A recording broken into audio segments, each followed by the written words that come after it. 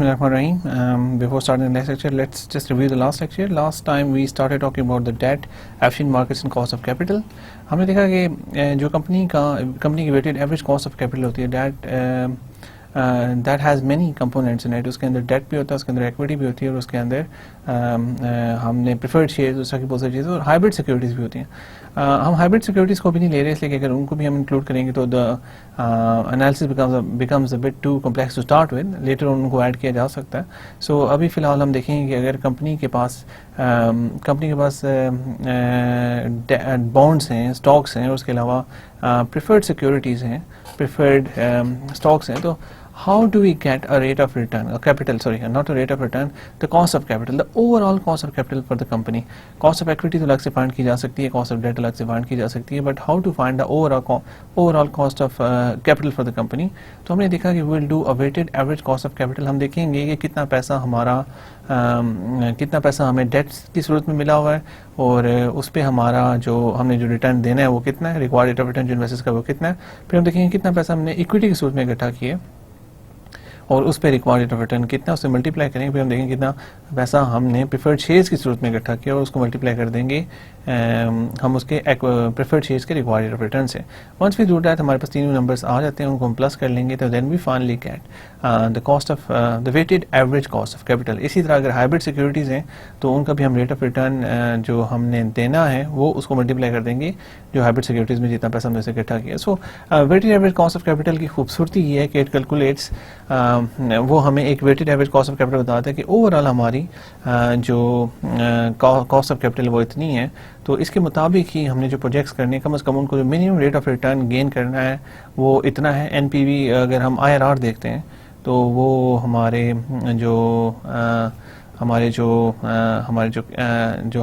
Cost of capital है उससे ज़्यादा होना चाहिए रेट ऑफ रिटर्न, और तभी जाके we will be able to add value increase the value of the shareholders. So that's what we started in the last lecture. Today we will see the details of working average cost of capital. What are the details? वो चीज़ें कैसे workout हो रही हैं? So let's get started with that. Weighted average cost of capital. Right.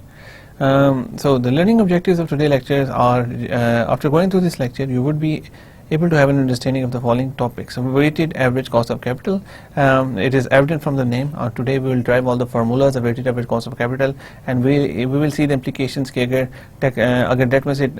debt में का जो interest rate payments होती हैं they are tax deductible, how to use that. अगर transaction costs हमारे पास आ रही हैं then what is the effect of that. So इस तरह की जो चीज़ें सारी आ रही हैं will clarify all of it in weighted average cost of capital. In this lecture, we are going to talk about a very important component of capital structure, which is known as weighted average cost of capital, WACC. In previous lecture, we have introduced some of the broad concepts of capital structure. So हमने broadly पिछले इसमें हम we are going to talk about very important component of capital structure. देखिए इसमें हम detail में बात करेंगे weighted average cost of capital में. Last time we had a general start, we have a broad start. हमने capital structure के बारे में देखा. capital structure में होता क्या है कि capital structure ये होता है कि what is the combination of different sources of finances in your capital, जो आपने पैसा इकट्ठा किया है तो उसके अंदर डेट आता है, इक्विटी आती है. सो ये तो हमें कैपिटल स्ट्रक्चर से हमें बताता है कि हमारे पास मुख्तलिफ क्या हमारी जो डेट फाइनेंसिंग है, इक्विटी फाइनेंसिंग है, उसकी प्रोपोर्शंस क्या हैं, प्रोपोर्शंस हमें पता चल जाती हैं. लेकिन जब हमें एग्जैक्टली एक नंबर चाहिए होता है कि what is the overall weighted average cost of capital of the whole company, then we use WACC for that and we got started on this. We just did a simple, हमने एक simple formula देखा जिसके अंदर हमने देखा था 3 securities के साथ अगर हमारे पास कुछ बॉन्ड्स हैं, हमारे पास कुछ जो हमारे पास कैपिटल आया वो बॉन्ड्स की सूरत में है, कुछ कैपिटल हमारे पास इक्विटी की सूरत में है और कुछ कैपिटल हमारे पास फाइनली प्रेफर्ड स्टॉक की सूरत में आया. तो हम उन तीनों को लेके एक weighted average cost of capital कैसे फाइंड करेंगे. We did the formula. Today will deal with the numbers. हम देखेंगे कि असल में नंबर्स क्या हैं और उनके साथ कैसे हम वर्कआउट करते हैं. So we will see that today. We'll discuss about the company's way to raise capital. One of the two basic ways is equity and other is debt. So the main two ways are equity and debt. उसके अलावा जो preferred equity होती है वो equity वो equity से मिलती जुलती होती है और debt की भी बहुत सारी forms हैं जो अलग से हम देख सकते हैं. And there can be a combination of debt and equity as well, like convertibles. Convertible ऐसे होते हैं जो convertible debt वो होता है जो होता तो debt है लेकिन हमारे पास एक option, हमने ये option दी होती है debt holders को कि you can convert that to equity. सो जो इसके अलावा जो भी चीज़ें आएंगी वो इन दोनों का कम्बिनेशन होंगी, जो हमारे कैपिटल स्ट्रक्चर का हिस्सा हो सकती हैं potentially, the way of the way of collecting money, not collecting money, no, the way of finding capital from the what do you say, originating capital, capital इकट्ठा करना जब हम करते हैं तो उसके हमारे पास दो मेन तरीके, इक्विटी और डेट है। उसके अलावा हमारे पास जो चीज़ें आती हैं वो कुछ इक्विटी में जैसे प्रेफर्ड इक्विटीज आती हैं, और कुछ चीज़ें ऐसी होती हैं जो इन दोनों का कम्बिनेशन होती हैं, like convertible debt. The objective of company is to raise capital at the lowest possible cost. So remember, objective हमारी कंपनी का ये है कि हम lowest possible cost पे अपना अपनी कैपिटल है उसको रेज करें। यहाँ पे एक बात याद रखिए कि जो डेट होता है वो मोस्टली इक्विटी से लेस कॉस्टली होता है, मतलब कि जो rate of return debt holders का होता है वो कम होता है as compare to rate of return of equity. हमने देखा था कि जब हम एक सिंपल एग्जांपल जो हम शुरू से डिस्कस करते आ रहे हैं उसके अंदर हमने देखा है the rate of return on the required rate of return on the government securities, जो risk free rate securities होती हैं उस पर 10% था, जब हम देखा required rate of return on bonds is 15%, and finally the most riskiest stocks पे जो required rate of return था वो 20%। मैं एवरेज की बात करूँ, उसमें अगर बेटास डिफरेंट है तो फिर डिफरेंट होगा ऑब्वियसली। सो आप देख लें कि इन तीनों में डिफरेंस आ रहा है रेट ऑफ रिटर्न पे, लेकिन अब एक बात सुनिए, अगर हम इसमें देखें तो बॉन्ड्स का जो rate of return, required rate of return वो कम है, इसलिए इसका मतलब है कि जो कंपनी अगर पैसा रेज करना चाहती है तो वो बॉन्ड्स में उसको अगर वो बॉन्ड्स इशू करेगी तो उसको सस्ता कैपिटल मिलेगा, उसकी जो कॉस्ट ऑफ कैपिटल है वो कम होगी as compared if company equity issue करती।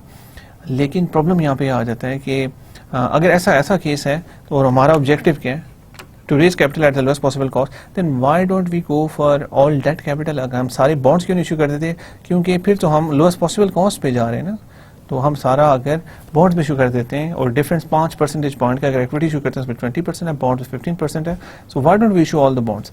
We don't issue all the bonds because मसला यहाँ पे ये पेश आता है कि जब हम बॉन्ड इशू करने की बात करते हैं, अब अगर हम बहुत ज़्यादा बॉन्ड्स ले लेते हैं तो हाँ we can get in trouble, because हमने अगर बॉन्ड्स लिए हैं तो we have to pay back an interest rate every year no matter what happens to your business.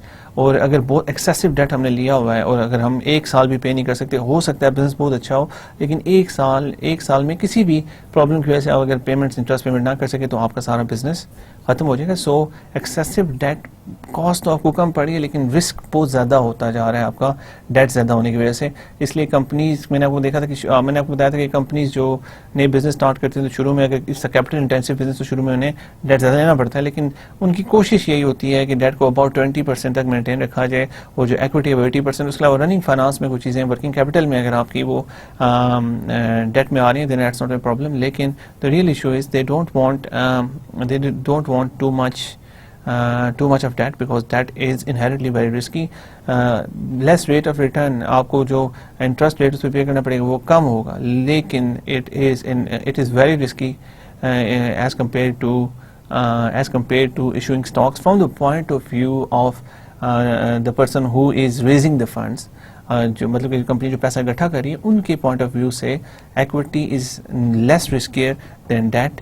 और इस वजह से जो उनका बेशक हमें वहाँ पे हमें इंटरेस्ट रेट डिफरेंस मिलता है, लेकिन because of the risk dynamics we want to issue more equity and less debt. Similarly, companies go looking for money in financial markets. They try to raise funds at the lowest possible cost, right? So we've just discussed that. This means that when the company raises money in the stock market, issues that it tries to sell its share at a price at which it can earn maximum profit. देखिए, पहली दफ़ा अगर कोई company share अपना issue करती है जिसको initial public offering कहते हैं, तो उसके अंदर इट इज़ हार्ड, फिर हमें कंपनी का ये तो पता नहीं होता कि किस प्राइस पे शेयर को इशू किया जाए, लेकिन उसके लिए एनालिसिस डिफरेंट किए जाते हैं, कंपनी के रिटर्न्स देखे जाते हैं। जो हम ऑब्वियसली होता तो यही है, हमने ये देखना होता है कि कंपनी कितनी फ्यूचर में कैश फ्लोज जनरेट कर सकती है, उसकी बेसिस पे उसकी वैल्यूएशन निकलेगी।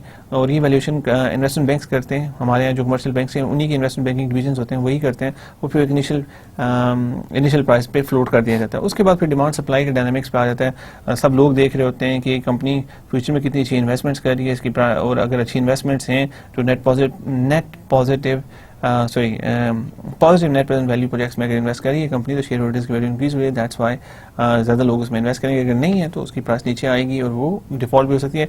इस सिलसिले में अगर फेसबुक की देखें, फेसबुक की जो जब इनिशियल पब्लिक ऑफरिंग हुई तो जो उसकी initial I am not exactly sure कि उनके इन्वेस्टमेंट बैंकर्स कौन थे, आई थिंक मॉर्गन स्टैनली थे, but I am not exactly sure. लेकिन जब फेसबुक की इनिशियल पब्लिक ऑफरिंग हुई, पहली दफ़ा फेसबुक ने अपने शेयर स्टॉक मार्केट पे लाया पैसे इकट्ठे करने के लिए, तो उनकी शेयर की प्राइस अबाउट $23 to $24 पे IPO हुआ। और लेकिन अगर अभी हम देखते हैं तो इट्स अबाउट $75 to $80, काफ़ी बढ़ चुकी है, because Facebook has been investing in positive net present value projects. हमने देखा बहुत सारी कंपनीज को उन्होंने टेक ओवर किए, जिसमें सबसे जो बड़ा नाम है वो आता है WhatsApp का। WhatsApp is an application, I hope you're using it as well because all the youngsters are using WhatsApp to keep in touch using the Wi-Fi. So WhatsApp को उन्हें बाई किया, इसके अलावा बहुत से एक्विजिशंस करें जो positive net present value projects में इन्वेस्ट कर रहे हैं पैसा, इसलिए उनकी शेयर की प्राइस इंक्रीज हो रही है। सो that's just to give you a view. Similarly, when a company go to the money market to take loan, it tries to get the loan at the lowest possible rate. अगर आप money market में भी जाते हैं loan लेने के लिए तो आप लोएस्ट रेट पे अपना लोन हासिल करने की कोशिश करेंगे। We mentioned that weighted average cost of capital concept is similar to the concept of required rate of return.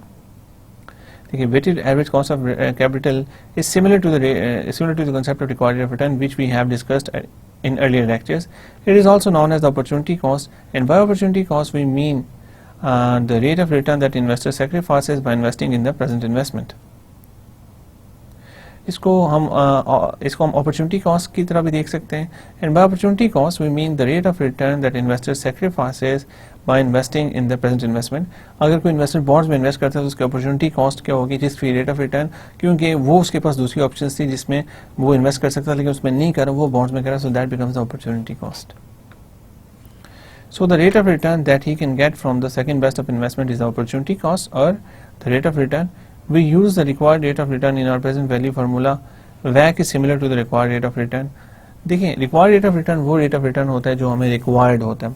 अब रिक्वायर्ड अपॉर्चुनिटी कॉस्ट को हम required rate of return use करते रहें। पहले कैसे देखें, अगर हम स्टॉक्स में इन्वेस्टमेंट करें या बॉन्ड में इन्वेस्टमेंट करें तो हमारा required rate of return at least इतना होगा जितना हमें गवर्नमेंट की सिक्योरिटी में मिल रहा है without taking any risk. So at least हमें 10% तो चाहिए, 10% से ऊपर चाहिए ताकि हम इस दूसरी सिक्योरिटीज में इन्वेस्ट करें। अगर 10% या उससे नीचे है तो why invest in bonds and stock, you can invest in the risk-free security without taking any risk and earn 10%. So why invest in any other security? अगर उसका रिस्क ज़्यादा है तो रिटर्न भी ज़्यादा देगी, तब जाकर पैसे में इन्वेस्ट करेंगे। सो उस केस में हमने अपनी जो अपॉर्चुनिटी कॉस्ट थी उसको रिक्वायर्ड रेट ऑफ रिटर्न रखा हुआ था, that is.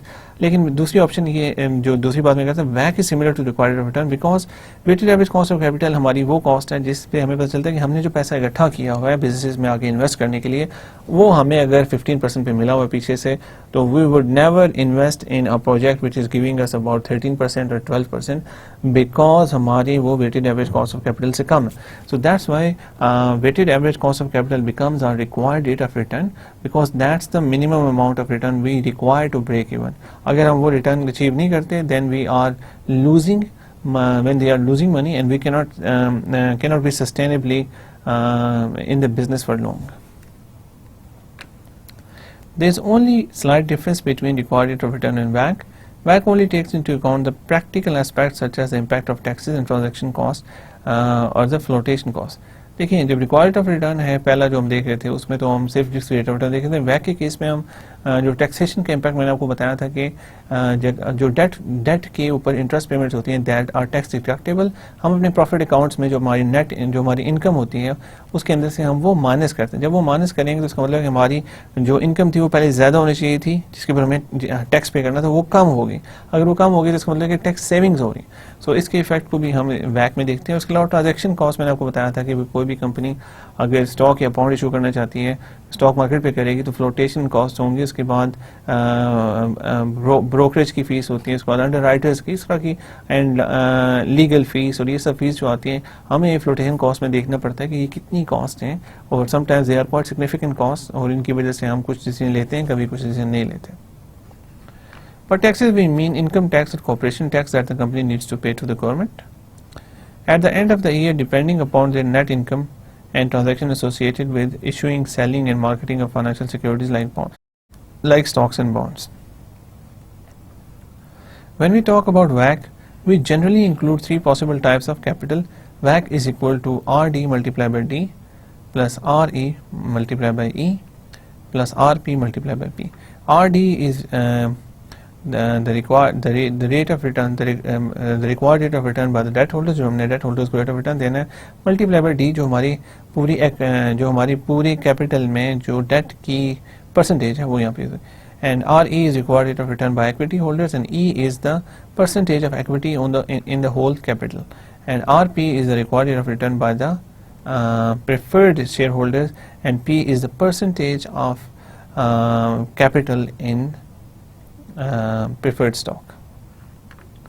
So weighted percentage cost of bond, that RD XD is equal to where RD is the average rational investors required rate of return for investing in bonds. So मैंने ये आपसे कहा था कि average rational investor का जो required rate of return होगा for investing in bond is called RD. अब हम देख रहे हैं XD is the weight or fraction of total capital, or is the weight or fraction of total capital value raised from bonds, जो हमने bond से raise होगी, is equal to bond value divided by total capital. It's equal to bond value divided by total capital. So weighted percentage cost of common equity is equal to RE multiplied by XE, where RD is average rational investor required rate of return. So ये RE यहाँ पे होना चाहिए था, where RE, this is just a typo, where RE is the average rational investors required rate of return for investing in common shares. XD is weight or fraction of total capital raised from common equity. So RE is average rational investors required rate of return for investing in common shares. That's the thing. And XE is the weight or fraction of total capital raised from common equity. So that is the stuff raised from common equity. Note that RE is not the WACC. Note that RE is not the WACC and not the return on equity. RE जो है वो it's not WACC, it's not return on equity. Return on equity is equal to net income divided by common stock. So this is not return on equity. ये जो RE हमारे पास यहाँ पे number R है, ये है average rational investors required rate of return for investing in common shares, right?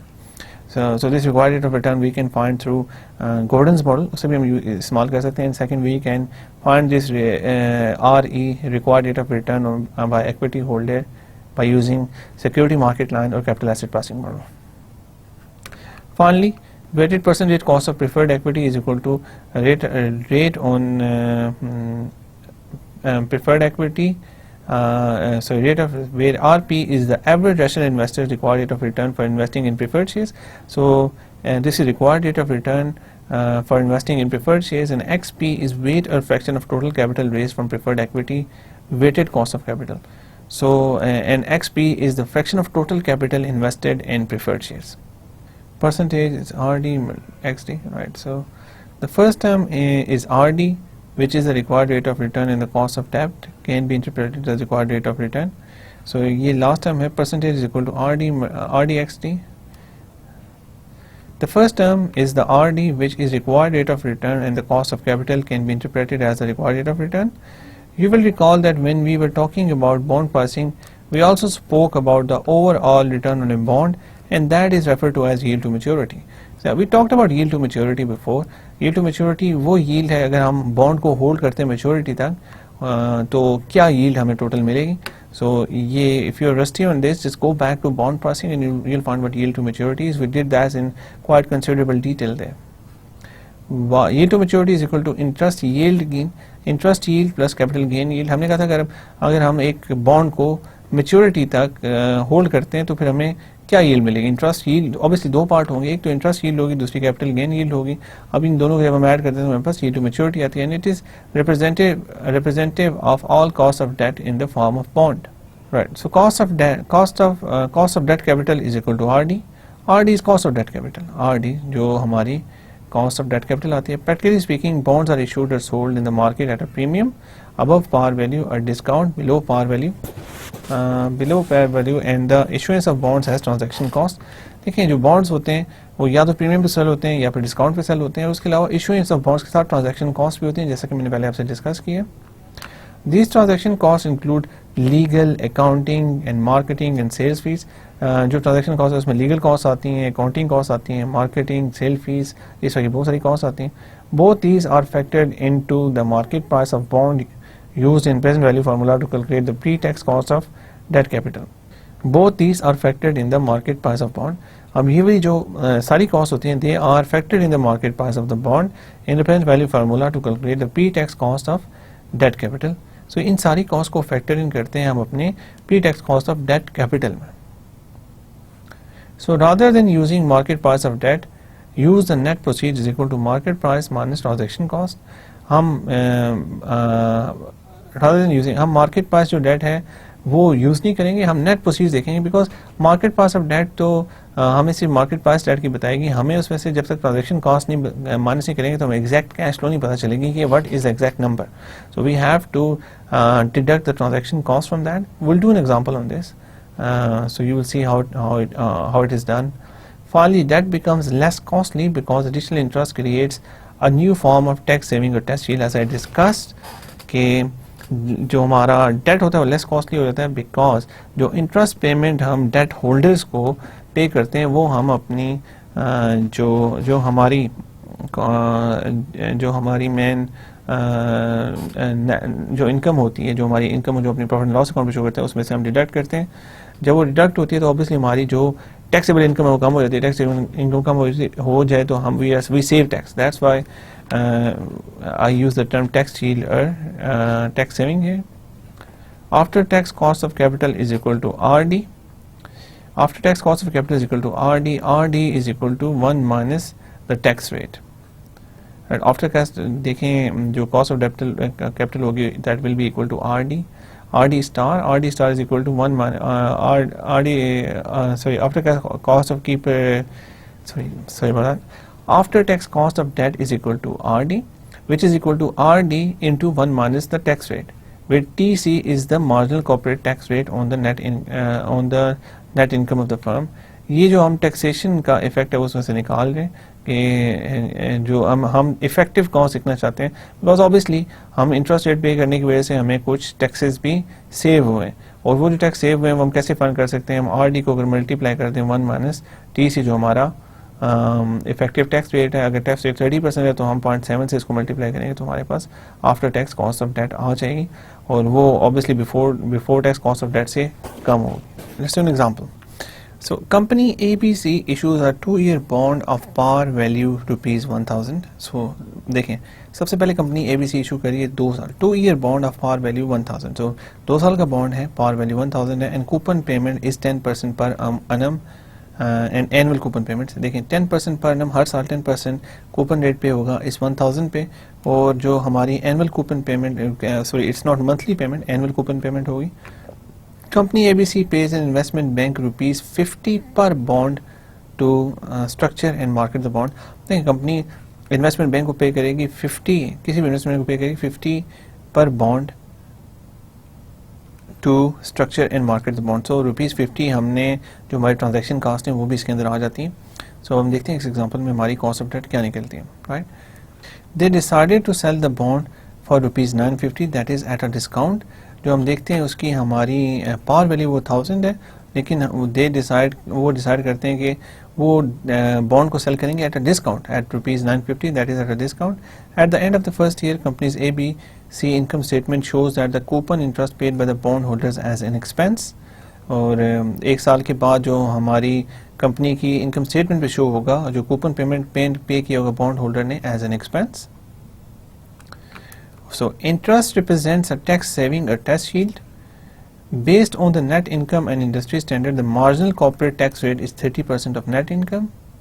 मैंने जैसा कि आपको बताया था कि जो marginal corporate tax rate हम यूज करेंगे इस केस में वो 30% of net income होगा. But assuming that the 2-year bond represent the only form of capital, calculate the after tax weighted average cost of capital of company C. Right, so हमने find क्या करना है. हमने ये पहले एज्यूम किया है कि कंपनी के अभी एक नई कंपनी है और उसके पास और कुछ पैसा और कैपिटल में कुछ भी नहीं है. They just have a 2-year bond which represents the only form of capital. जो 2 साल का बॉन्ड है वही रिप्रेजेंट करता है कैपिटल को.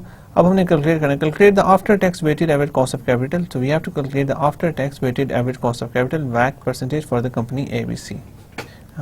Let me just go through again the details तो इसे नोटिंग हो रही. कंपनी जो है सबसे पहले देखें पार वैल्यू जो उसने 2 साल का बॉन्ड इशू किया है, पार वैल्यू जो है उस बॉन्ड की 1000 है. Coupon rate is 10% per annum, annual coupon payments हैं. और कंपनी की जो ट्रांजैक्शन फीस है इन्वेस्टमेंट बैंक उन्होंने दी है ऑब्वियसली बॉन्ड को मार्केट करने के लिए, स्ट्रक्चर करने के लिए, वो 50 पर बॉन्ड है. और उन्हें डिसाइड किया कि उसको एज एट डिस्काउंट वो सेल करेंगे एट 950. और पहले साल के एंड पे जो इंटरेस्ट रेट वो इंटरेस्ट पेमेंट पे करेंगे वो अपनी इनकम स्टेटमेंट वो शो करेंगे एज एन एक्सपेंस, और जिसकी वजह से उनकी इनकम कम हो जाएगी, टैक्सेबल इनकम, उनकी टैक्स सेविंग होगी. और जो इंटरेस्ट रेट हम जो interest represent tax sheet saving जो हम यहाँ मार्जिनल कॉर्पोरेट टैक्स रेट लेंगे वो 30% ऑफ द इनकम होगा. हमने एज्यूम करें कि assuming that 2-year bond represents the only form of capital, हम ये कहते हैं कि ये एक बॉन्ड है जो हमारे पास only form of capital है. Calculate the after tax weighted average cost of capital for the company. So let's calculate it, right? So calculate the required rate of return using bond pricing और PV formula. जैसे कि सबसे पहले मैंने देखा कि PV is equal to 10 divided by 1 plus R star. देखें हमने जब 1000 का 10% 1000 का 10% हमारा कूपन बनेगा और 1000 का 10% is 100 divide by 1 plus are star. We taking R star है right now, I will tell you इसको हम बेसिकली होगा क्या. और सेकंड ईयर में भी देखें 100 divided by 1 plus are star raised to power 2 because second year payment आ रही है. एंड सेकंड ईयर में जो हमने सेकंड जो उनको फिर हमने पार वैल्यू वापस करनी 1000 divided by 1 plus are star raised to power 2 is equal to, ये जो हमारे पास ओवरऑल इक्वेशन आती है ये दोनों उनको हम इकट्ठा कर लेंगे because that fall in the same space. 1000 divide by 1 plus are star plus 1100 divide by 1 plus are star raised to power 2. जो हमारे पास नेट प्रोसीड्स आई हुई कितनी है, हमने 1000 का जो पार जो हमने देखा था कि जो इसकी हमने पार वैल्यू वो 1000 है लेकिन हमने इसको एट अ डिस्काउंट इशू किया. उसके बाद हमें 950 मिले शुरू में, हमें 1000 नहीं मिले शुरू में because we issued it at a discount. We issued the stock at a discount, or the stock we issued the bond at a discount. See 950 हमें पेमेंट मिली वहाँ से, उसके अलावा हमने इसमें से ट्रांजैक्शन कॉस्ट को माइनस किया. ट्रांजैक्शन कॉस्ट 50 थी. So by after deducting transaction cost we had rupees 900 in our rupees 900 we had rupees 900 जो हमें हमने जो बॉन्ड इशू किया हमें टोटल 900 रुपीज़ मिले. राइट. सो ये क्वाड्रेटिक इक्वेशन बनती है जिससे हम r की वैल्यू फाइंड कर सकते हैं. Solve the quadratic equation for pre-tax required rate of return r using the quadratic formula r is equal to 16% and r is equal to 5%. minus 5%. This question is just to represent the concept to an example. The value that is 16% and minus 5% are assumed not exactly calculated. ये जो हमने question यहाँ ये representation purpose के लिए लिया है, हमने एग्जैक्टली डिराइव नहीं की वैल्यूज़, हम सिर्फ ये यहाँ पे ये एज्यूम कर रहे हैं वैल्यूज़. अब आगे जब हम और एग्जांपल देखेंगे तो उसमें मैं आपको बताऊंगा डिराइव कैसे सब चीज़ें होती हैं. But to keep things simple I am not driving things. Right, so we are getting two numbers, r is equal to 16% and r is equal to minus 5%. आपको पता होगा जब हम किसी भी क्वाड्रेटिक इक्वेशन का सोल्यूशन निकालते हैं तो हमारे पास दो नंबर आते हैं, एक पॉजिटिव और एक नेगेटिव, और हम उनमें से एक नंबर यूज़ करते हैं. इन दिस केस हमने वैसे इनमें से क्वाड्रेटिक इक्वेशन को डिराइव नहीं किया but we just assume the values. आगे जाके हम इंशाल्लाह एग्जांपल्स करेंगे जिसमें हम आपको उसके और इम्प्लीकेशंस बताएंगे. The question is just to represent the concept to an example. It's just to represent the concept to an example. ये आपको सिर्फ concept बताने के लिए था. The values 16%, 5% assumed, not exactly calculated. Right. So ये सबसे पहले हमारे पास जो rate of return आ गया 16%. अब आगे हम जाके देखते हैं. Obviously rate of return वो माइनस नहीं होगा. Quadratic value तो हमें वैसे दो वैल्यू देते हैं. We'll use 16% and the required rate of return. अब आगे जाके हम देखते हैं calculate the after tax cost of debt. RD is RD1 minus TC. अब जब हमने देखा था the required rate of return before taxation is 16% आया था. अब 1 minus 30% जब हम इसको करेंगे तो ये 0.70 के इक्वल हो जाएगा. that is effectively equal to 11.2%. So after tax cost of debt is equal to 11.2%. And finally calculate the weighted average cost of capital WACC. अब WACC फाइंड करने के लिए सबसे पहले हम rate of return of debt देखते हैं, फिर percentage of debt, rate of return of preferred equity and percentage of preferred equity, rate of return of equity, percentage of equity. जैसे कि हमने देखा कि ये इसमें हमारी percentage of equity, preferred equity 0, percentage of equity 0, so ये दोनों टर्म 0 हो जाएंगी। एंड फाइनली जो हमारे पास rate of return on debt आया था वो आफ्टर टैक्स हम यूज़ करते हैं 11.2 और इसको मल्टीप्लाई करते हैं 1 के साथ, बिकॉज हमारी पूरी कंपनी के पास फाइनेंसिंग सिर्फ डेट फाइनेंसिंग है, सो और overall rate of return is 11.2%। Right, so weighted cost of preferred equity. अब हमने वेटेड कॉस्ट ऑफ डेट तो देख लिया, अब हम देखेंगे how to find the weighted cost of preferred equity. Weighted cost of preferred equity is RP, rate of return on preferred equity into percentage of capital invested in preferred equity, required rate of return for preferred equity. The important thing to remember is that we calculate the price by using perpetuity formula for perpetual investment and constant dividend.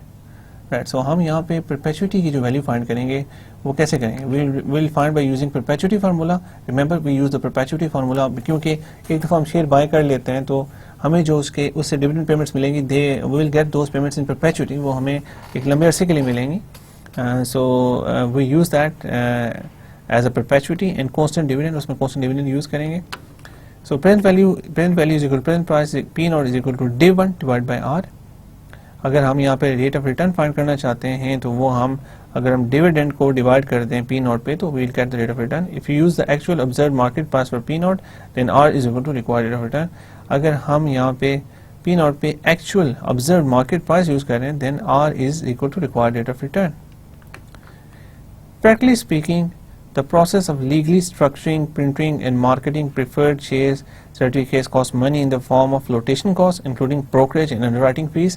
जैसे कि मैंने discuss किया था कि जब ये stock market पे हम कोई चीज़ अपना कोई स्टॉक फ्लोट करने के लिए जा रहे होते हैं तो उससे एसोसिएटेड काफ़ी सारी कॉस्ट होती हैं, उसमें लीगल और सिक्योरिटीज एक्सचेंज कमीशन पाकिस्तान की रिक्वायरमेंट्स है उनको पूरा करना होता है, उसके अलावा बहुत सारी और नेटिग्रिटीज होती हैं, ये इन्वेस्टमेंट बैंक सब चीज़ें करते हैं, उसके आपसे फीस ले लेते हैं। सो वो फीस हम obviously these are transaction cost and we have to deduct them. These costs are factored directly into the present value or observed market prices. PV is equal to net proceeds. Net proceeds हमारे पास कितनी होंगी? Market price है जो वो minus flotation cost, जो भी flotation cost हमें देनी पड़ी। Preferred stock dividends are paid out from net income after taxes. जो preferred stock का dividend है वो हम पे करते हैं net income after taxes में, so they are not tax deductible, इसलिए वो tax deductible नहीं।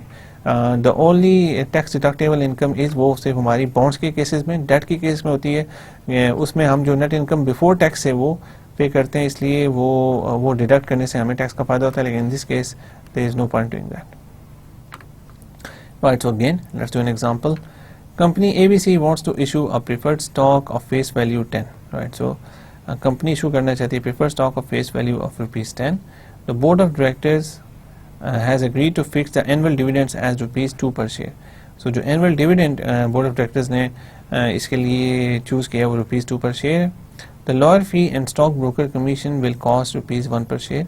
अब देखें lawyer fee और उसके अलावा stock broker जो commission होगा वो ₹1 per share होगा। The preferred share is floated at face value। जो preferred share है वो float किया हमने at face value। What is the cost of capital to the company ABC for raising money through preferred stocks? So use perpetuity formula to compute the required rate of return. और perpetuity formula कैसे use होगा? R is equal to div1 divided by P naught. अब हम देखते हैं तो हमारा जो डिविडेंड है that is ₹2 and P naught is ₹10 and P naught is ₹10। So हमारा जो overall required rate of return आ जाएगा that is 20%। Minor changes in perpetuity formula to compute the cost of preferred equity capital. So perpetuity formula में P naught is equal to div1 divided by R होता है। We just did some minor changes. R is equal to div1 divided by P naught and div1 is equal to 2, P naught is equal to 10. That's why we have this 20% rate here. Right, now that we have found that, we'll just move forward to the next thing. अब अगर हम देखें हमारे पास required rate of return आया that is 20%। अब हम net proceeds देखेंगे। नेट प्रोसीड्स जो हमने बात की थी price minus flotation cost. Price जो हमारी थी मार्केट प्राइस, हमने कहा था प्राइस हम अपनी यूज़ करेंगे दैट इज़ 10 एंड जो फ्लोटेशन कॉस्ट आएंगे वो दैट इज़ ₹1। सो ओवरऑल जो हमारे पास नेट प्रोसीड आ रही हैं वो ₹9 पर शेयर आ रही है। R is equal to div1 divided by net proceeds, जो हमारा इसके ऊपर रिक्वायर्ड रेट ऑफ रिटर्न आ रहा है, जो हमारा वो that is equal to D1 divide by net proceeds. अब हम डिविडेंड 1 जो हमारा है वो है 2 के इक्वल और नेट प्रोसीड्स हमारी 9 है। सो जो हमें इफेक्टिवली कॉस्ट ऑफ इक्विटी पड़ रही है वो 22% है। ऑब्वियसली देखें we cannot use 10 here because effectively हमें 10 रुपये तो मिल नहीं रहे एक शेयर के, हमें कितने मिल रहे हैं, हमें 9 रुपये मिल रहे हैं। तो फिर हम नेट प्रोसीड्स को यूज़ करेंगे, जैसे हमने यहाँ पे पी नॉट यूज़ किया था, हम यहाँ पे नेट प्रोसीड्स को यूज़ करेंगे। और देखें इफेक्टिव कॉस्ट अगर 10 होता तो अगर हमारी कोई भी ट्रांजैक्शन कॉस्ट ना होती तो हमारी जो हमें जो कॉस्ट ऑफ इक्विटी पड़ रही थी वो 20% होती, लेकिन यहाँ पे हमने 1 रुपया जो देना पड़ रहा है हर शेयर के साथ वो फ्लोटेशन कॉस्ट है, उसकी वजह से हमारी जो नेट प्रोसीड वो 9 है। फिर dividend divide by net proceed करेंगे तो हमारे पास 22% कॉस्ट आ रही है हमारी इक्विटी की। Flotation cost add to the cost of company issuing the preferred equity capital. Weighted average cost of equity is RE dot XE. R is the rate of return for equity by equity holders multiplied by the percentage of equity in the capital. Right. Now coming to the most important thing, required rate of return for common equity or shares. Preferred equity हमने देख लिया, bonds हमने देख लिया, debt हमने देख लिया. Now अब हम फाइनली देखना चाहते हैं कि what is the required rate of return for common equity or shares. So इसके लिए दो approaches हैं. First is dividend growth model. Dividend growth model में हम golden formula, simplified PV formula for perpetual investment and constant growth in dividends use करें। Right, so first we will use dividend growth model, golden formula, simplified PV formula for perpetual investment and constant growth in dividends. अब हम देखते हैं इसके through हम एक required return find कर सकते हैं which will be equal to div1 divided by P not plus G. If you use actual observe market price for P not then R is equal to required rate of return. अगर यहाँ पे हम actual observe market price use करते हैं P not की जगह, then R is the required rate of return. Second approach जो हम यूज कर सकते हैं वो सिक्योरिटीज मार्केट लाइन या कैपिटल एसेट प्राइसिंग मॉडल की जो अप्रोच है वो है। Now second approach for proceeding to calculate the cost of capital, CAPM SML equation assuming efficient markets. हम assume करते हैं कि markets are efficient. So the required rate of return is equal to required rate of return on risk-free security plus required rate of return on risk-free security plus beta into RM minus RF. RM is the return on return on market portfolio minus RF is return on risk-free security. Advantages does not rely on dividend forecast.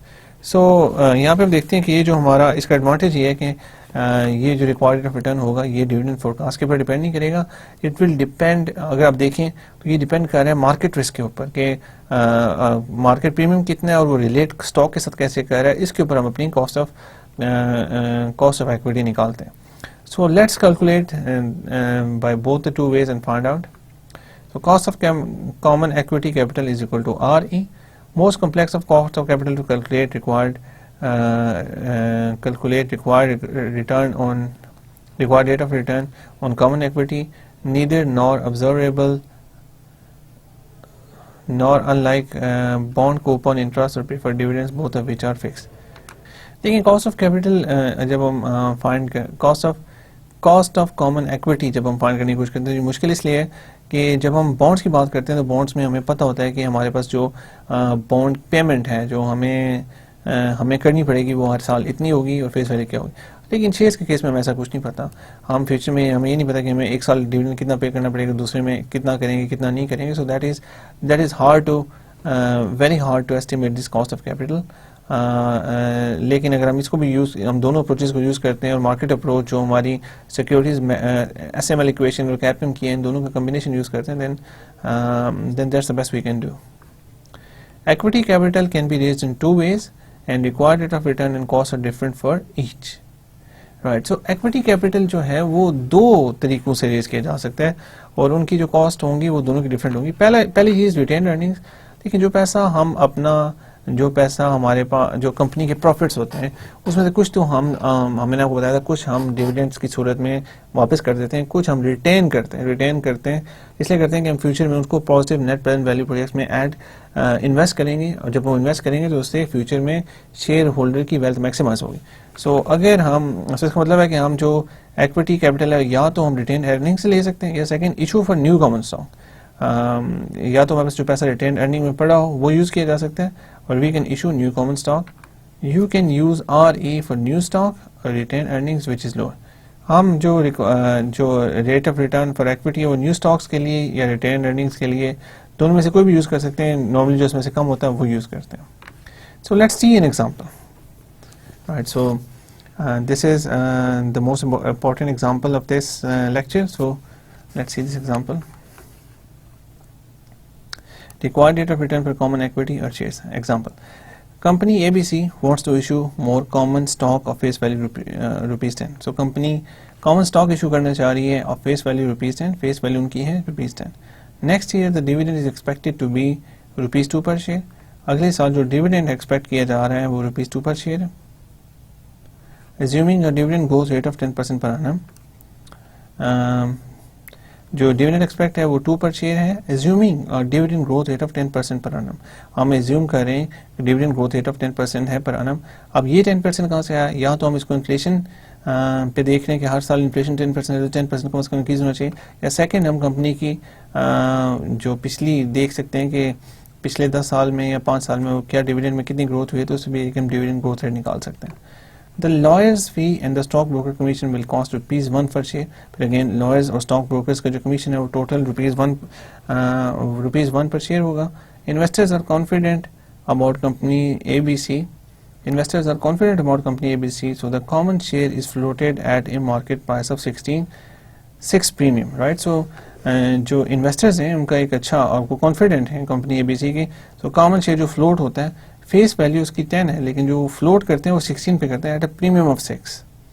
Right, so let's C if the company structure if the capital structure of the company ABC is entirely common equity. अब हम ये find करना चाहते हैं कि सिर्फ common equity use कर रही है कंपनी और कुछ भी ना डेट है ना प्रेफर्ड शेयर्स है. Then what is the company's WACC? तो कंपनी के weighted average cost of capital क्या होगी? Use two approaches and compare results. अब हम दोनों अप्रोचेज यूज करेंगे. एक तो अप्रोच जो हम यूज करते हैं डिविडेंड ग्रोथ मॉडल वाली, we will use this approach and after that we will use the market approach और हम देखते हैं कि दोनों में क्या नंबर्स देती हैं. राइट, सबसे पहले हम देखते हैं example cost of common equity capital dividend growth model. Dividend growth model के केस में हम देखते हैं पहला स्टेप हमारा आता है calculate required rate of return for common stock using Gordon's formula perpetual investment in constant growing dividend. Right, तो इसमें हम देखते हैं सबसे पहले example cost of common equity capital. अब हम कैलकुलेट करते हैं required rate of return for common stock using Gordon formula perpetual investment in constant growing dividend. अब जो मैंने आपको पहले बताया था जो फार्मूला हमारे पास पहले है this we will use this formula Gordon formula to find the required rate of return on equity. So if we use this formula approach 1 retained earning. अब यहाँ पे दो अप्रोच हैं. अगर हम रिटेन अर्निंग अप्रोच यूज़ कर रहे हैं तो इसको बोला कि हमारे पास रिटेन अर्निंग में पैसा पड़ा हुआ है उसको हम यूज़ कर रहे हैं. उसको अगर हम यूज़ कर रहे हैं तो हमारे पास जो रिक्वायर्ड रेट ऑफ रिटर्न है वो क्या आएगा is equal to div1 divide by P0 plus T. div1 what was div1? Dividend 1 was 2 divide by P0. अब जो हम यहाँ पे P0 यूज़ कर रहे हैं दैट इज 16 बिकॉज हमारी जो हमने शेयर जो फ्लोट किया वो 16 पे किया है. फेस वैल्यू 10 थी लेकिन हमने 16 पे वो फ्लोट किया. सो 2 डिवाइड बाई 16 प्लस हमने ग्रोथ देखी थी जो हमने growth rate dividend growth rate रखा था वो 10% पर annum था 10% पर annum. सो अगर देखा जाए तो ये पहली जो टर्म है 0.125 प्लस 0.1 सो ये हमारे पास 22.5 0.225 बनता है जो 22.5%. सो अगर हम रिटेन अर्निंग्स को यूज़ कर रहे हैं तो उनकी जो हमारी कॉस्ट ऑफ कैपिटल आ रही है वो 22.5% आ रही है. सेकेंड अप्रोच में हम देखते हैं न्यू स्टॉक इशुएंस अप्रोच. उसमें नेट प्रोसीड्स फ्लोटेशन प्राइस जो हमारी फ्लोटेशन नेट प्रोसीड हमारे पास क्या होगी इसमें तो हमें जितनी भी थी वो सारी की सारी अगर हमने रिटेन अर्निंग यूज़ किया तो ऑब्वियसली हम बाहर से तो पैसा नहीं ले रहे, हमें किसी को कुछ पैसा देने की जरूरत नहीं है. लेकिन अगर हम वो न्यू फ्लोटेशन करते हैं स्टॉक मार्केट पे जाते हैं नई फ्लोटेशन करने के लिए तो हमें फ्लोटेशन जो कॉस्ट है वो सारी हमें डिडक्ट करनी पड़ेगी. सो 16 अगर हमारी हमने देखा था कि हमारी मार्केट कॉमन शेयर जो फ्लोट हमने किए थे मार्केट पास वो 16 पे थे लेकिन उसके साथ ही हमें 1 लॉयर्स की फीस और ब्रोकर्स की फीस है ₹1 पर शेयर वो फिर हम इससे माइनस करते हैं हमारे पास ये 15 टोटल जो हमारे पास नेट प्रोसीड्स आती हैं. So required rate of return equal to dividend divided dividend 1 divided by net proceeds plus G. Dividend 1 is 2 net proceeds इस केस में प्राइस थी that was 16, but in this case ये आप देख लें नेट प्रोसीड्स कम हो गई हैं तो we will use 15 plus G stays the same. अब हेयर वी गेट 0.133 प्लस 0.1. अब इन दोनों को ऐड करने से 0.233 हमारे पास आ रहा है और 23.3%. सो देख लें if we use retained earnings तो हमारी जो cost of required rate of return है वो कम होगा बिकॉज हमें किसी एक्सटर्नल पार्टी को कुछ पैसा देने की ज़रूरत नहीं है बिकॉज पैसा हमारे पास पड़ा हुआ है, हम उसको यूज़ करें. एंड सेकेंड चीज़ वो है कि अगर हम न्यू स्टॉक इश्यूज करते हैं तो हमें फ्लोटेशन फीस वगैरह देनी पड़ती है जिसकी वजह से हमारा जो overall required rate of return और रिक्वायर्ड रेट ऑफ रिटर्न पर कॉमन एक्विटी है वो 23.3% हो जाता है. Cheaper for company ABC is to raise equity through capital through retained earnings than to incur costs by issuing new equity problems which cost to pick. Example cost of common equity capital. देखिए बेहतर option तो यही है कि आप retain earnings को use करें इसलिए कि आपको उसके ऊपर जो कॉस्ट पड़ी है वो कम है, जो required rate of return retained earning से हमें देना पड़ेगा वो कम होगा और जो हमें अगर हम स्टॉक इशू करेंगे तो ज़्यादा है. लेकिन अगर हमारे पास रिटेन अर्निंग में कुछ है ही नहीं तो then the only way we have is this one. Then we have to use this और use other forms of capital like debt capital और प्रेफर्ड स्टॉक्स. राइट. सो उसके बाद हम कैपएम SML अप्रोच अगर हम यूज़ करते हैं, security market line approach, efficient markets की यूज़ करते हैं. लेट्स सी ये अप्रोच यूज़ करने से हमारे पास क्या नंबर्स आते हैं. So given some additional data जो हमने टी बिल पे रिक्वायर्ड रेट ऑफ रिटर्न जो हम ट्रेजरी बिल्स या गवर्नमेंट सिक्योरिटी पे रिक्वायर्ड रेट ऑफ रिटर्न ले रहे हैं that is equal to 10%.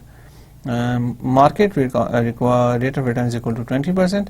Market का जो मार्केट पोर्टफोलियो पे जो रेट ऑफ रिटर्न है that is 20%. Beta for ABC common stock is 1.25. जो बेटा है ABC के कॉमन स्टॉक का 1.25 है. So R is equal to RF is equal to 10%. देखिए हमारे पास 10% आ गया. Beta is equal to 1.25. RM is equal to 20%. RM is equal to 20% minus ये फिर अगेन RF आ रहा है. RF is equal to 10%.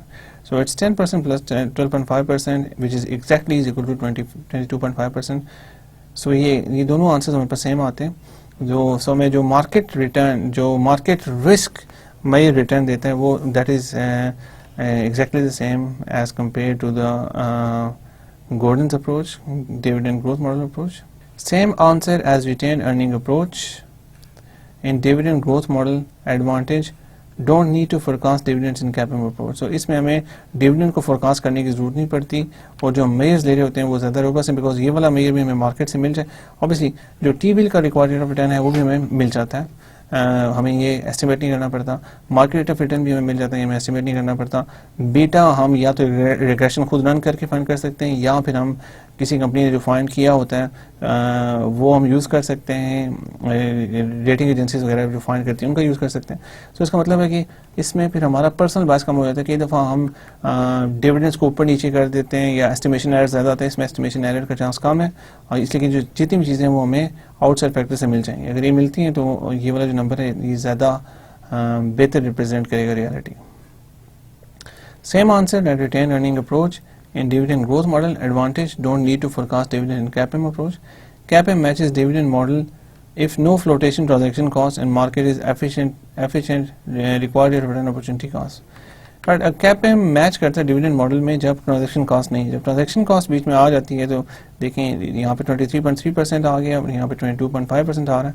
So in the number is different when the transaction cost जब ट्रांजेक्शन कॉस्ट होती है वो दूसरी बात है कि मार्केट एफिशिएंट होनी चाहिए. अगर मार्केट एफिशिएंट नहीं है then you will not get the same numbers. Right. So minimum required rate of return required to attract investors into buying a security. So opportunity cost is investor sacrifice required rate of return available from the second best investment. So CAPM theory SML for efficient markets and PB. Cost of capital percentage, weighted average cost of capital, combined cost of all sources of financing used by the firm, that is debt and equity. हमने देखा था कि weighted average cost of capital is combined cost of all sources of financing used by the firm, that is debt and equity. Debt and equity. Similar to required rate of return but takes into account some practical factors. हमने देखा था कि जो WACC है that is similar to required rate of return but takes into account some practical factors. लेकिन कुछ और practical factors को वो account में को भी consider करती है. Like taxes हमने देखा है कि in the case of debt how we use the tax shield से, और उसको हम कैसे यूज़ करते हैं जिसकी वजह से हमारा जो रिक्वायर्ड रेट ऑफ रिटर्न और डेट होता है वो कम हो जाता है, बिकॉज हमें एक टैक्स एडवांटेज है जब हम डेट यूज़ करते हैं, बिकॉज जो इंटरेस्ट पेमेंट्स होती हैं उनको हम डिडक्ट करते हैं अपनी ऑपरेटिंग इनकम में से, और जिसकी वजह से हमारी टैक्सेबल इनकम कम हो जाती है when we save money from there. So interest payments are profit and loss expenses and not taxed. Transaction cost इसके अलावा आ जाती हैं. हमने देखा है कि brokerage, underwriting, legal and flotation cost जो इनकर होती हैं जब फर्म इशू करती है स्टॉक्स या बॉन्ड्स, ये जो कॉस्ट हैं इनको हम माइनस करते हैं और तब हमें जो नंबर मिलता है वो सही नंबर होता है, बिकॉज एक्चुअली जो हमारे पास पैसे आते हैं वो ट्रांजैक्शन कॉस्ट के बाद आते हैं. If you are not considering transaction cost then you are leaving a cost जो हम इनकर तो कर रहे हैं लेकिन हम इसको हम शो नहीं कर रहे, अपने एनालिसिस में नहीं ला रहे, then your analysis can be problematic. So that was what I wanted to talk about weighted average cost of capital. I'll just do a summary of weighted average cost of capital now for you, जिसमें हम important concepts दोबारा से देख लें ताकि चीज़ें आपको clear हैं. Right.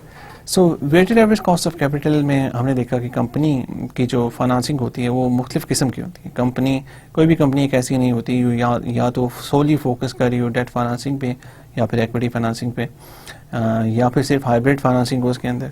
सो जब कंपनी शुरू में बिजनेस स्टार्ट करती है तो हो सकता है उनकी डेट फाइनेंसिंग ज़्यादा हो, बिकॉज शुरू में अगर कैपिटल इंटेंसिव बिजनेस है तो आप अगर इतनी एक्विटी इकट्ठी नहीं कर सकते तो you have to take more date.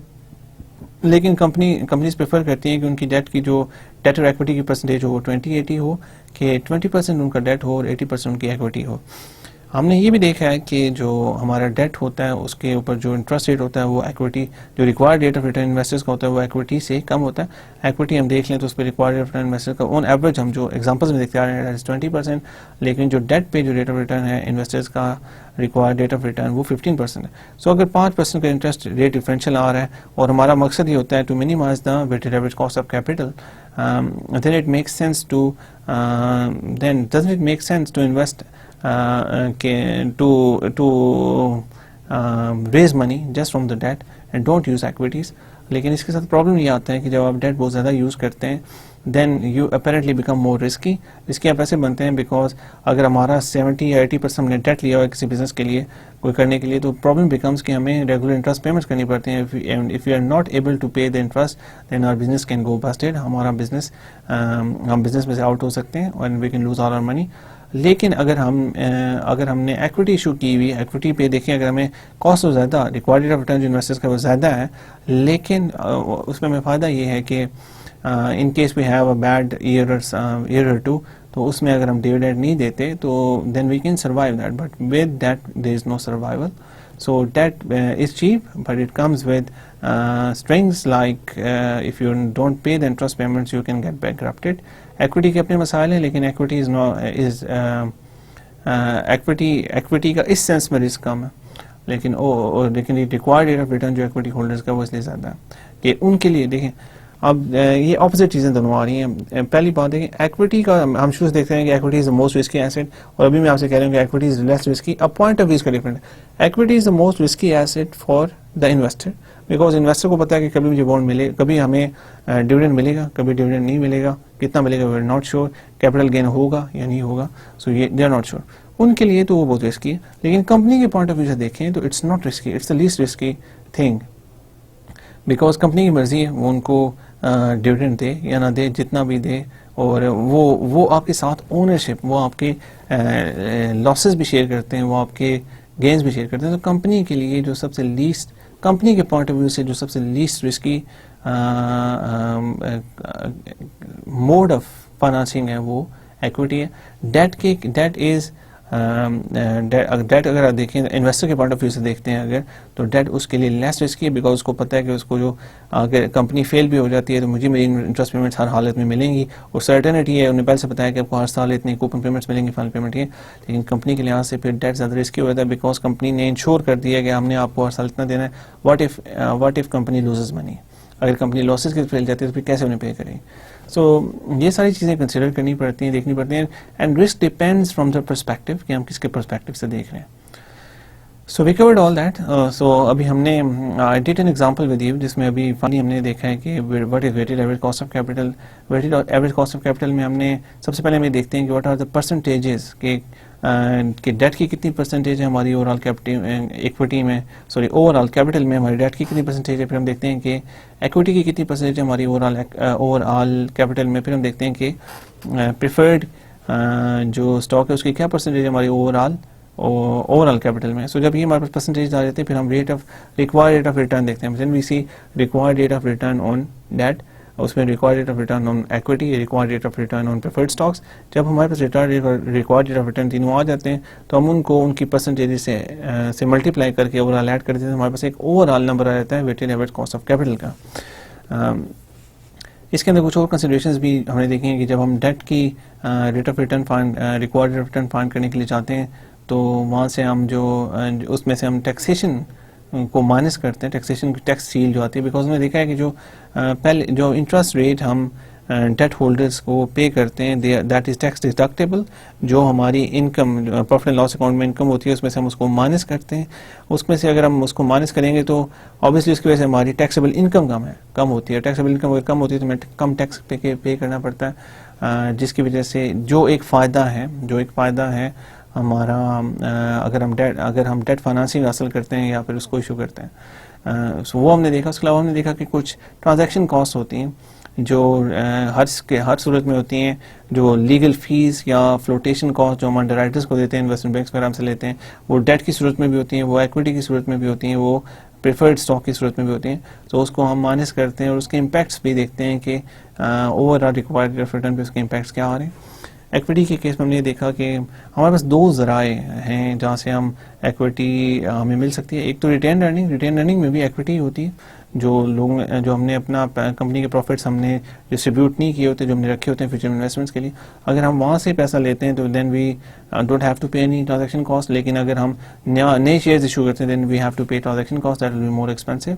उसके अलावा हमने ये भी देखा कि जो रिक्वायर्ड रेट ऑफ रिटर्न है कंपनी के स्टॉक्स का, वो फाइंड करने के लिए दो तरीके इस्तेमाल किए. एक तो हमने गॉर्डन मॉडल यूज़ किया परपेचुइटी का, and secondly we use the market risk model security SML security market line और कैपिटल एसेट प्राइसिंग मॉडल. उससे हमने जो रिटर्न्स हैं रिक्वायर्ड रेट ऑफ रिटर्न वो इक्विटी का फाइंड किया. जो हमारा गोल्डन मॉडल है उसमें हमें ऑब्वियसली डिविडेंड को एस्टिमेट करना पड़ता है, फोरकास्टेड डिविडेंड देना पड़ता है. उसको हम फिर मार्केट प्राइस से डिवाइड करते हैं, फिर उसके अंदर हम प्लस करते हैं जो हमारा ग्रोथ रेट होगा, वो भी एक एस्टिमेटेड नंबर होता है. लेकिन हमने ये देखा है कि कैपिटल एसेट प्राइसिंग मॉडल के जो मोस्ट नंबर्स हमें वो मार्केट से मिल जाते हैं. जब पहले रिस्क रेट ऑफ रिटर्न हमें वो अवेलेबल है मार्केट से. उसके अलावा हमें मार्केट पोर्टफोलियो पे रिटर्न है वो भी अवेलेबल है. एंड जो बेटास हैं या तो आप रिग्रेशन करके फाइंड कर लें या तो वो हमें या तो आप आराम से उनको फाइंड कर सकते हैं किसी भी क्रेडिट रेटिंग एजेंसी की वेबसाइट से. उन्होंने भी उस प्रॉपर प्रोसेस के तरीके से वो फाइंड किए होते हैं. सो अगर हम इसको यूज़ करेंगे तो हमें एस्टिमेशन कम यूज़ करनी पड़ेगी, एंड विच इज़ गुड. उसमें हमारे बायसेस नहीं होंगे, वो सब चीज़ें नहीं होंगी. सो इसी तरह हमने प्रेफर्ड स्टॉक की भी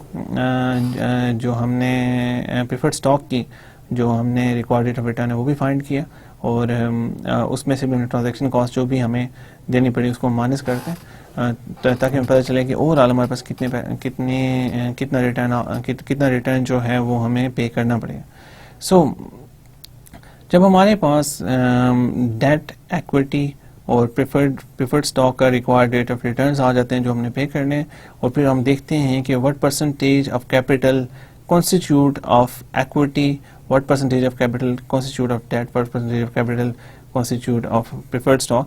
तो वो जब हमें पता चलता है तो हम उन परसेंटेज को उनके respective required rate of return से मल्टीप्लाई करके प्लस कर लेते हैं, तो हमारे पास weighted average cost of capital आ जाती है.